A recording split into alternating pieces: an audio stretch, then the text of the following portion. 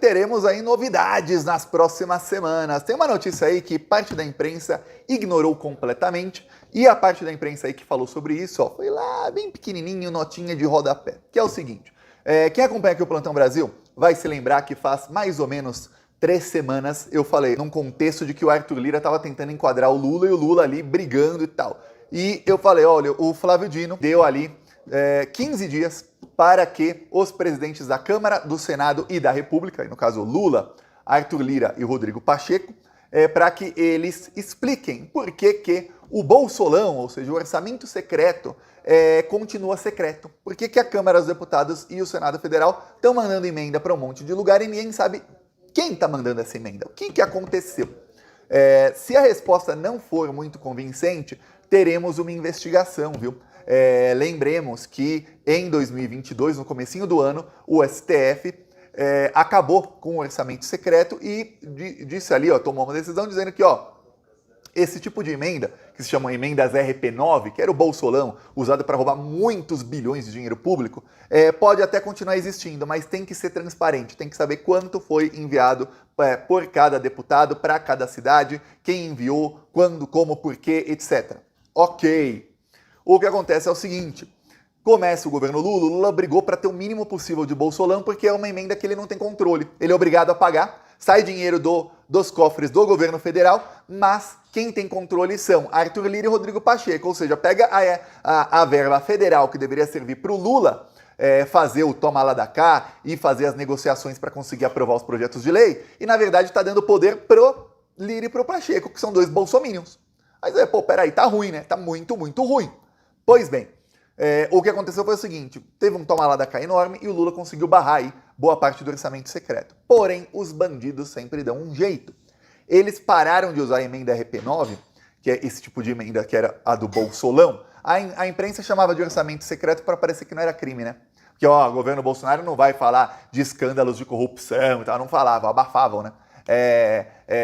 Às vezes chamavam de orçamento paralelo, que aí é que realmente o paralelo, secreto você ainda fala, pô, na política não deve ser secreto, talvez faça ligação, mas paralelo é para não ligar mesmo a crime. Mas enfim, o Bolsolão, não tendo mais o Bolsolão, eles resolveram fazer o seguinte, no orçamento para 2024, eles colocaram um novo tipo de emenda, chamada emendas RP2. Essas eram RP9, agora são as RP2. A emenda RP2 também é conhecida como emenda PIX. Como assim, Thiago, emenda PIX? É porque o PIX não cai na hora? Fez o PIX, caiu na hora? Pois bem, a emenda PIX é a mesma coisa. O deputado manda e cai já no dia seguinte, às vezes no mesmo dia já cai na conta da cidade. Ou seja, se o cara quer roubar dinheiro rápido, ele já faz aquilo, já cai o dinheiro, eles já roubam. É assim que funciona a emenda RP2. Agora você está falando, Thiago, o Lula não tem o que fazer. Não tem maioria, vai fazer o quê? Ele é obrigado a pagar a emenda, isso é o pior. Ele é obrigado, são emendas impositivas. Impositivo é o seguinte, é imposição. Ele não tem nem como não pagar.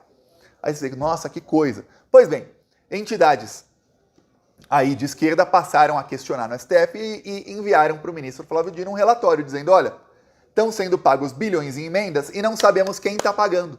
Só sabemos para onde vai o dinheiro, não sabemos para quê e nem quem enviou. Então é secreto, é de novo um orçamento secreto, mudou de RP9 para RP2, mas são os bandidos ali que estão ali se adaptando. Se você proíbe um crime, ele muda um tantinho ali. Pois bem, o Flávio Dino pediu explicações. Eu falei aqui na época, eu dei um spoiler, eu vou falar, olha, o advogado-geral da União, o Jorge Messias, vai fazer ali a explicação da União do governo federal, vai ser, olha, a gente é obrigado a pagar, a gente paga. Eles são obrigados a dar transparência a isso. Por que eles não dão transparência a isso? Aí tem que ver por eles. Eles falam, olha, tantos milhões para o município tal. A gente manda o dinheiro. O ministério tal, vamos supor, o Ministério da Saúde tem que mandar 3 milhões para o município tal, porque está ali nas emendas RP2. É obrigado a mandar. Pô, manda. Ah, mas quem foi que indicou? Pô, mas o relator do orçamento, ou seja, aliado do Arthur Lira, é ele quem está mandando, a emenda é do relator. Se o relator não fala quem que pediu para ele mandar, aí é com o relator. Esse tipo de coisa que é o puro suco de Brasil. Se chama emenda do relator, para quem não sabe o motivo, porque o que eles criaram esse tipo de emenda é o seguinte. O relator do orçamento lá do ano passado, o orçamento que foi aprovado para esse ano, ele tem essas emendas para ele escolher para onde vai. E aí esse relator faz a politicagem que quiser com os políticos. E aí ele faz o toma lá da cá, compra votos de políticos, faz a corrupção, leva o dele. Obviamente o relator é escolhido pelo Lira e pelo Pacheco. E aí ele não diz quem realmente é que mandou a emenda para tal lugar. E no qualquer país sério, o relator seria preso. Preso. Ah, você não sabe quem mandou? Então você vai preso. Qualquer corrupção com essa emenda, a culpa é tua. Ah, mas não fui eu. Pô, desculpa, tá o seu nome lá. Acabou. Mas Brasil, pô, vai prender o aliado do Arthur Lira, do Rodrigo Pacheco. É de esquerda o relator? Não. É do PT o relator? Não. Então não prende, gente. No Brasil, só se prende petista. A gente tem que lembrar disso aí. Para prender alguém que não é petista é um parto. Olha aí, para prender o Bolsonaro, tanto de investigação, com todos os crimes, para prender ele daqui a algumas semanas ou alguns meses, ou alguns já falam depois do julgamento, etc. Ah, se alguém de esquerda. Não, primeiro a gente prende, depois a gente vê o que aconteceu. Olha o Delcídio do Amaral, ele era líder do governo Dilma no Senado. É como se fosse o relator agora do orçamento, que é o líder aí da oposição. O cara era líder do governo. Meteram o pé na porta, arrombaram o gabinete dele, fizeram busca e apreensão, prenderam ele, para depois de 3 anos verem que ele era inocente. Primeiro prende. É assim que funciona Brasil, viu? Isso é puro suco de Brasil. Só que agora temos Flávio Dino. O Flávio Dino mandou a Câmara e o Senado responderem. A resposta deles foi péssima. Péssima, péssima, péssima. Tanto Câmara quanto Senado deram respostas praticamente iguais. Copia e cola. Opa. Parece aí que colocaram aí advogados parentes da Gabriela Hart. Câmara e Senado disseram o seguinte, olha, a gente não utiliza mais as emendas RP9, que são as emendas do orçamento secreto do Bolsolão. Essas emendas não são mais utilizadas. Foi dada toda a transparência com essas emendas. Estamos falando aqui de outra coisa, estamos falando das emendas RP2. Essas emendas são pagas pelos ministérios aos municípios indicados. Quem tem que dar a transparência é o ministério, não somos nós. Mas vocês que indicam.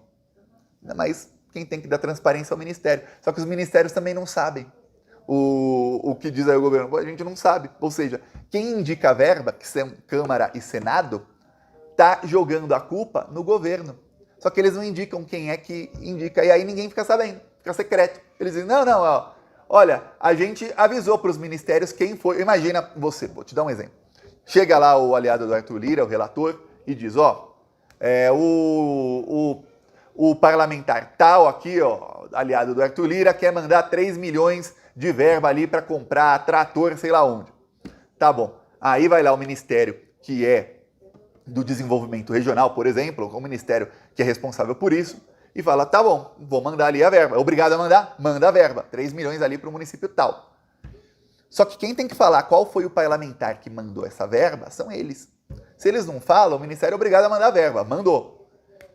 Sem saber o parlamentar. E aí, agora aqui, o Flávio Dino pede explicações. Então, qual verba foi mandada por quem? Queremos a transparência aí. Os ministérios dizem, o governo federal diz, a gente não recebeu qual parlamentar que estava indicando a verba. A gente é obrigado a pagar, a gente paga. E os parlamentares que indicaram dizem, não, o governo que tem que indicar, não somos nós. Olha só a cara de pau deles. Então tem uma chance enorme agora. Lembre-se, tudo é bastidor, tudo é articulação. Na política é assim. Eu, Thiago, particularmente não gosto. Eu prefiro que faça valer a lei, doa quem doer, vai pra cima e prenda e enjaule todos os bandidos. Mas a gente sabe que não. Que tudo, infelizmente, é articulação. E aí o que acontece? O Arthur Lira e o Rodrigo Pacheco, principalmente o Rodrigo Pacheco nesse ano, começaram a bater de frente com o Lula e começaram a se aliar com bolsonaristas. Rodrigo Pacheco está fazendo uma das piores coisas que eu já vi um político fazer, que é ele se aliou aos fascistas e ele está sendo humilhado todos os dias pelos fascistas. Essa semana mesmo o Magno Malta xingou ele de tudo que é nome porque ele chamou a Anitta lá para conversar no Senado. Semana retrasada, o Nicolas Ferreira chamou ele de covarde na frente de todo mundo. Frouxo. Depois o Gustavo Guerra também chamou ele de covarde, para baixo, daí para baixo. Antes disso, nos Estados Unidos, os parlamentares bolsonaristas xingaram o Pacheco de tudo que é nome. E ele se alia a essas pessoas aí. Para fazer o toma lá da cá contra o Lula, ele se alia a quem tá xingando ele e achincalhando ele. Esse aí é Rodrigo Pacheco, tá cavando a própria cova, é isso que ele tá fazendo. Ele vai ficar sem apoio da esquerda, que não vai ter, e vai ficar sem apoio da extrema-direita. Vai ficar ali em cima do muro levando tiro dos dois lados. É isso que vai acontecer com o Rodrigo Pacheco. Pois bem, o Arthur Lira, ele tem o lado dele, que é o lado dele mesmo. Então ele faz o toma lá da cá aqui, faz ali e tudo mais. Ok. Ele estava também começando a bater de frente com o Lula. Várias vezes eles batem de frente. O Lula teve uma reunião no final do mês passado com o Arthur Lira, só os dois, a sós. Depois dessa reunião, o Lula passou a fazer várias atitudes do governo contra o Arthur Lira, coisas que o Arthur Lira não gosta, e o Arthur Lira engoliu tudo seco. Não sei o que foi dito nessa reunião. Na semana daquela reunião, o Lula tinha se reunido com o Flávio Dino, com o Cristiano Zanin Martins, o Alexandre de Moraes e o Gilmar Mendes, 4 ministros do STF. Depois se reúne com o Arthur Lira. Aí o Lula começa a bater, demitiu um primo do Arthur Lira do INCRA, que estava num cargo que tinha muita verba se ele quisesse roubar, demitido. Você é ruim, sai.